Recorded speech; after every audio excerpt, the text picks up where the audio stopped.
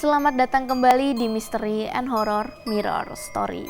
Sobat Misteri, kita lanjut ngobrol bersama Arya Sena, seorang petualang yang mengalami kisah-kisah misteri selama dirinya melakukan petualangan. Oke, gini lanjut aja langsung ngobrol bareng Arya Sena. Halo Mas. Halo Mbak. Kita lanjut lagi nih ceritanya. Tadi sempat Oke, terputus siap. ya. Iya. Mengenai kejadian-kejadian yang Mas alamin di Gunung Raung. Boleh Iya. dilanjut. Oke, jadi hari siangnya itu semua berjalan lancar ya. Hanya kelebatan hutan aja yang membuat kita tuh agak terkejut. Karena kita harus ngebabat jalur gitu kan. Jalurnya masih tertutup rapat oleh rumpun rotan dan rumpun. Pokoknya jalur itu rata-rata isinya rotan. Jadi kita harus babatin dulu sampai bersih. Itu nggak ada masalah. Sampai menjelang maghrib. Karena ini wilayah asing, jadi saya memutuskan untuk ngebase. Nah, kita ngebase, barulah di sini. Tiba-tiba itu ada kabut tipis turun. Terus mulailah ada bayangan 1-2 di sekeliling kita. Dia mulai meneror kita 1-2. Itu saya masih berusaha santai. Saya masih berusaha santai sama teman saya karena saya bilang udah biasa ini. Tetapi setelah dari depan kita itu betul-betul jelas menampakkan seorang wanita dengan rambut panjang dan dia tuh nggak berjalan tapi terbang langsung di depan kita. Langsung kita masuk ke dalam tenda. Ya, tapi bukan berarti berakhir itu terornya. Di dalam tenda justru kita, justru teror baru tadi. Yang pertama kelihatan kan satu Mbak ya, yang kelihatan itu pertama satu. Di dalam tenda itu kita dengar seperti itu banyak sekali wanita sedang bahasa kerennya tuh ngerumpi lah. Mereka sedang berbicara tapi nada suaranya itu nggak jelas gitu seperti ini. Miu miu miu miu miu. Wah, kira-kira seperti itulah bahasa mereka tuh antar mereka itu kontaknya seperti itu. Tapi nggak satu dan langkah-langkah itu yang menghantui kita sepanjang waktu itu banyak sekali sampai tenda itu bunyi seperti diusap-usap oleh jari gitu kan. Kita berdua-dua itu karena ya mungkin mental sudah teruji ya, walaupun takut kita diem aja gitu. Itu baru hal kecil yang kita temuin. Soalnya nanti makin ke atas itu makin dahsyat. Itu baru hal Boleh kecil. diceritakan. Kita sampai di pos 5 itu kita lagi istirahat, kita lagi duduk. Nah di situ kita digangguin sama segerombolan kera, gitu kan. Padahal kata anak-anak sekarang di Gunung Raung itu nggak ada kera, tapi ketika itu kita melihat kera, betul banyak sekali kera. Nah di saat kita digodain kera, tiba-tiba kera itu lari semua Mbak. Kera itu pada panik, tiba-tiba dia panik, ada yang sampai jatuh ke tanah terus jalannya tuh sampai ngerayap-ngerayap, saking takutnya dengan sesuatu yang mereka lihat. Langsung saya saya ambil senjata tajam yang kita bawa, golok ya. Jadi teman saya bawa golok satu, saya bawa golok satu, saya pegang itu golok. Terus kita langsung bikin barikade siap-siap dari mana nih arahnya nih. Hewan ini, yang jelas hewan ini pasti hewan yang sangat ditakuti oleh mereka. Baru aja saya megang golok, tiba-tiba ada auman harimau besar sekali suaranya. Harimau, ternyata ketemu juga. Itu kita nggak lihat wujudnya Mbak, kita nggak lihat wujudnya tapi suaranya itu luar biasa itu. Ya, saya langsung ingat omongan almarhum nenek saya. Kalau kamu ketemu harimau, jangan sekali-kali kamu punggungi gitu. Saya ingat pesan itu, saya diem sama teman saya bilang, kalau emang kita waktunya mati di sini dimakan dia, nggak ada yang bisa nolong kita. Udah pegang aja golok. Kita diem mematung. Ya kita diem mematung. Kebetulan ini kan beda agama dengan saya berselawat. Saya bilang ke teman saya, silahkan baca yang biasa lo baca, yang biasa kamu baca. Lepas harimau, kita ngebes satu malam, itu nggak ada apa-apa. Di malam ketiga itu nggak ada apa-apa.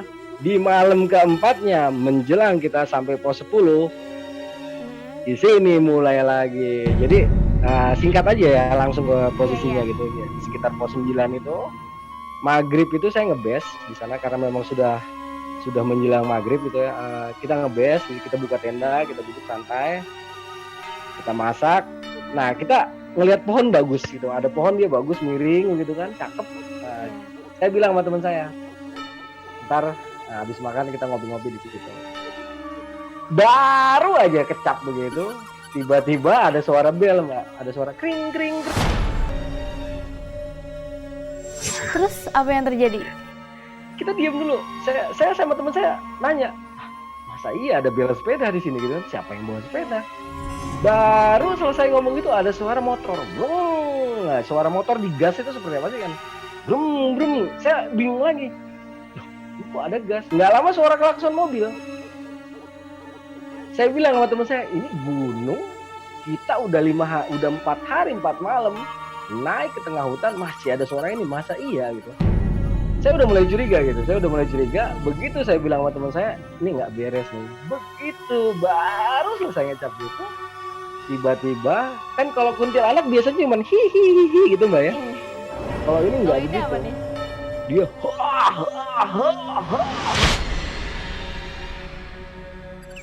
seumur saya naik gunung, saya keluar masuk hutan, baru itu saya dengar suara tertawa seperti itu. Kalau kuntilanak kan biasa kan hihi, ini enggak hahaha. Lalu Mas gimana selanjutnya? Kita masuk ke dalam tenda, itu langkah kakinya menggetarkan tanah, Mbak. Terus saya bilang sama teman saya, garam mana garam, saya bilang gitu. Saya ambil garam, saya tayamum pakai garam. Terus saya memohon kepada Allah Subhanahu wa taala, ya Allah, saya mohon syafaat Nabi Muhammad SAW. Saya ada dalam keadaan yang luar biasa tertekan ini, ya Allah, saya tidak mengerti apa yang saya hadapi. Tapi ini real, saya nyatakan. Saya langsung bersalawat, saya langsung bersalawat. Sementara di luar itu tetap langkah kaki itu nggak selesai sampai sekitar 1 atau 2 jam itu tak sambil ketawa. Aduh. Itu rasanya kalau kita nggak kuat-kuat mental, rasanya pengen pingsan tapi nggak bisa pingsan gitu, Mbak. Terus saya langsung diem, Mbak. Saya langsung diem, hening. Saya bilang sama teman saya, apapun yang terjadi, jangan tinggalkan tenda. Karena abis ini sesuatu ini lebih parah, saya bilang gitu. Nah kebetulan saya kan ada sesuatu yang mungkin bawaan dari lahir, Mbak ya. Jadi bawaan dari lahir, betul. Nah kebetulan beliau yang memang dititipkan untuk mungkin menjaga saya hadir gitu. Hadir memasuki tubuh saya. Kebetulan menurut orang-orang yang mereka bisa melihat itu adalah seorang yang alim zaman dulunya gitu. Alim ulama lah, bisa dibilang ulama besar gitu. Jadi ketika beliau energinya masuk ke dalam tubuh saya langsung tenang, Mbak. Saya tenang, terus saya membaca selawat yang memang biasa saya baca gitu kan. Saya tenang, terus saya hening. Hening itu dalam keadaan tidur tidak, tapi sadar juga tidak. Saya hanya bisa melihat tubuh saya dan saya bisa melihat tubuh teman saya, tapi saya nggak bisa ngapa-ngapain. Kejadian seperti itu saya melihat di sekitar saya tuh ternyata langkah-langkah itu berasal dari seorang laki-laki. Dia menggunakan semacam ikat kepala seperti orang Madura itu dengan baju hitam-hitam. Nah, dia bolak-balik dan di sekelilingnya itu banyak sekali makhluk-makhluk lain tapi bentuknya bagus. Akhirnya mereka mengizinkan kita ada di situ. Jadi mereka setelah kita berbicara dari batin ke batin, berkomunikasi, akhirnya mereka bilang, ya sudah, saya tidak diganggu, silahkan ada di sini. Silahkan di sini, ya sudah. Saya bilang, assalamualaikum, terima kasih atas izinnya. Setelah itu udah nggak ada gangguan lagi, Mbak. Oke, Mas Arya, makasih ceritanya. Oke. Kita sudah di penghujung acara. Sudah berbagi cerita-cerita.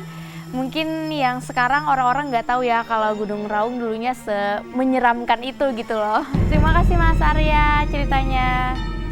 Sama-sama. Sobat Misteri, tak terasa kita sudah harus berpisah. Tentunya Mirror Story akan kembali di Horror Weekend kalian pekan depan. Tentunya dengan kisah-kisah dan misteri horor lainnya. I'm your storyteller, Gusti Gina. Thanks for watching and stay haunted on Mystery and Horror Mirror Story.